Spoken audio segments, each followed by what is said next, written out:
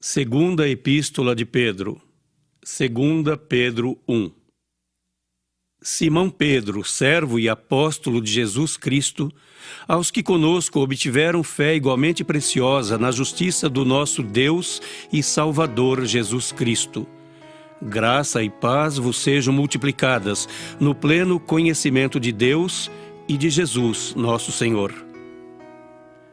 Visto como, pelo seu divino poder, nos têm sido doadas todas as coisas que conduzem à vida e à piedade, pelo conhecimento completo daquele que nos chamou para a sua própria glória e virtude, pelas quais nos têm sido doadas as suas preciosas e muito grandes promessas, para que por elas vos torneis coparticipantes da natureza divina, livrando-vos da corrupção das paixões que há no mundo.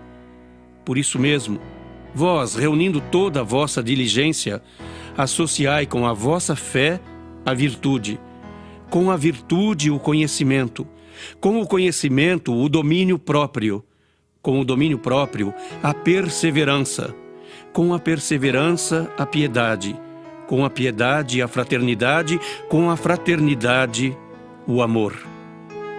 Porque estas coisas, existindo em vós e em vós aumentando, fazem com que não sejais nem inativos, nem infrutuosos no pleno conhecimento de nosso Senhor Jesus Cristo. Pois aquele a quem estas coisas não estão presentes é cego, vendo só o que está perto, esquecido da purificação dos seus pecados de outrora. Por isso, irmãos, procurai com diligência cada vez maior confirmar a vossa vocação e eleição, porquanto, procedendo assim, não tropeçareis em tempo algum. Pois desta maneira é que vos será amplamente suprida a entrada no reino eterno de nosso Senhor e Salvador Jesus Cristo. Por esta razão, sempre estarei pronto para trazer-vos lembrados acerca destas coisas, embora estejais certos da verdade já presente convosco e nela confirmados.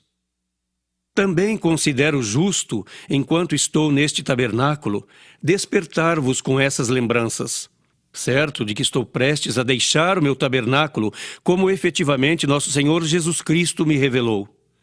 Mas, de minha parte, esforçar-me-ei diligentemente por fazer que a todo tempo, mesmo depois da minha partida, conserveis lembrança de tudo. Porque não vos demos a conhecer o poder e a vinda de nosso Senhor Jesus Cristo, seguindo fábulas engenhosamente inventadas, mas nós mesmos fomos testemunhas oculares da sua majestade. Pois ele recebeu da parte de Deus Pai honra e glória, quando pela glória excelsa lhe foi enviada a seguinte voz: Este é o meu Filho amado, em quem me comprazo. Ora, esta voz vinda do céu, nós a ouvimos quando estávamos com ele no Monte Santo. Temos, assim, tanto mais confirmada a palavra profética, e fazeis bem em atendê-la, como a uma candeia que brilha em lugar tenebroso, até que o dia clareie e a estrela da alva nasça em vosso coração. Sabendo, primeiramente, isto, que nenhuma profecia da Escritura provém de particular elucidação, porque nunca, jamais qualquer profecia foi dada por vontade humana. Entretanto, homens santos falaram da parte de Deus, movidos pelo Espírito Santo. 2 Pedro 2.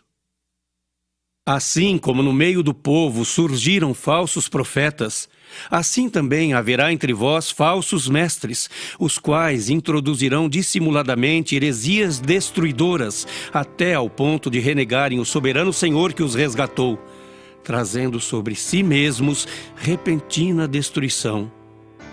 E muitos seguirão as suas práticas libertinas, e por causa deles será infamado o caminho da verdade. Também, movidos por avareza, farão comércio de vós com palavras fictícias. Para eles o juízo lavrado a longo tempo não tarda, e a sua destruição não dorme. Ora, se Deus não poupou anjos quando pecaram, antes precipitando-os no inferno, os entregou a abismos de trevas, reservando-os para juízo. E não poupou o mundo antigo, mas preservou a Noé, pregador da justiça, e mais 7 pessoas, quando fez vir o dilúvio sobre o mundo de ímpios. E reduzindo a cinzas as cidades de Sodoma e Gomorra, ordenou-as à ruína completa, tendo-as posto como exemplo a quantos venham a viver impiamente. E livrou o justo Ló, afligido pelo procedimento libertino daqueles insubordinados, porque este justo, pelo que via e ouvia quando habitava entre eles, atormentava a sua alma justa cada dia, por causa das obras iníquas daqueles. É porque o Senhor sabe livrar da provação os piedosos e reservar sob castigo os injustos para o dia de juízo. Especialmente aqueles que, seguindo a carne, andam em imundas paixões e menosprezam qualquer governo. Atrevidos, arrogantes, não temem difamar autoridades superiores.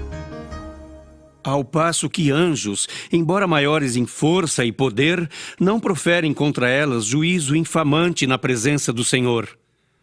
Esses, todavia, como brutos irracionais, naturalmente feitos para presa e destruição, falando mal daquilo em que são ignorantes, na sua destruição também hão de ser destruídos, recebendo injustiça por salário da injustiça que praticam. Considerando como prazer a sua luxúria carnal em pleno dia, quais nódoas e deformidades, eles se regalam nas suas próprias mistificações, enquanto banqueteiam junto convosco. Tendo os olhos cheios de adultério e insaciáveis no pecado, engodando almas inconstantes, tendo o coração exercitado na avareza, filhos malditos. Abandonando o reto caminho, se extraviaram, seguindo pelo caminho de Balaão, filho de Beor, que amou o prêmio da injustiça. Recebeu, porém, castigo da sua transgressão, a saber, um mudo animal de carga, falando com voz humana, refreou a insensatez do profeta. Esses tais são como fontes sem água, como névoas impelidas por temporal.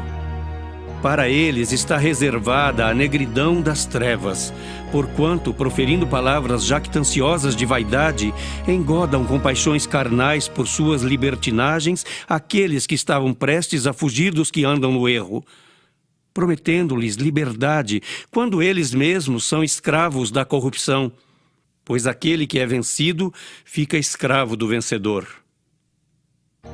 Portanto, se depois de terem escapado das contaminações do mundo mediante o conhecimento do Senhor e Salvador Jesus Cristo, se deixam enredar de novo e são vencidos, tornou-se o seu último estado pior que o primeiro. Pois melhor lhes fora nunca tivessem conhecido o caminho da justiça do que após conhecê-lo volverem para trás, apartando-se do santo mandamento que lhes fora dado. Com eles, aconteceu o que diz certo adágio verdadeiro. O cão voltou ao seu próprio vômito e a porca lavada voltou a revolver-se no lamaçal. 2 Pedro 3. Amados, esta é agora a segunda epístola que vos escrevo.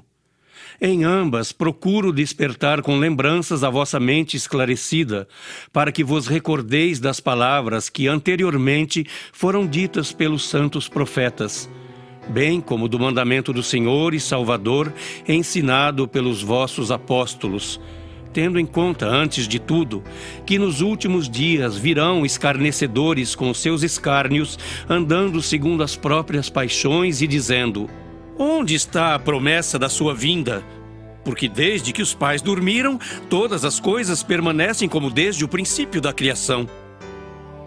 Porque deliberadamente esquecem que de longo tempo houve céus bem como terra, a qual surgiu da água e através da água pela palavra de Deus, pela qual veio a perecer o mundo daquele tempo afogado em água. Ora, os céus que agora existem e a terra, pela mesma palavra, têm sido entesourados para fogo, estando reservados para o dia do juízo e destruição dos homens ímpios. Há, todavia, uma coisa, amados, que não deveis esquecer, que para o Senhor, um dia é como 1000 anos, e 1000 anos como um dia. Não retarda o Senhor a sua promessa, como alguns a julgam demorada. Pelo contrário, Ele é longânimo para convosco, não querendo que nenhum pereça, senão que todos cheguem ao arrependimento.